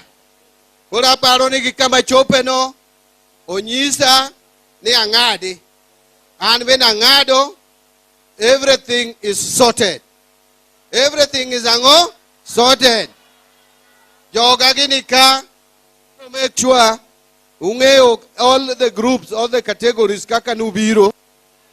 Make sure nubiro sorted. Ya wamanoko gobe nabiro oko kanyo. Koro unirita uru oko kanyo. Abi wawinjore.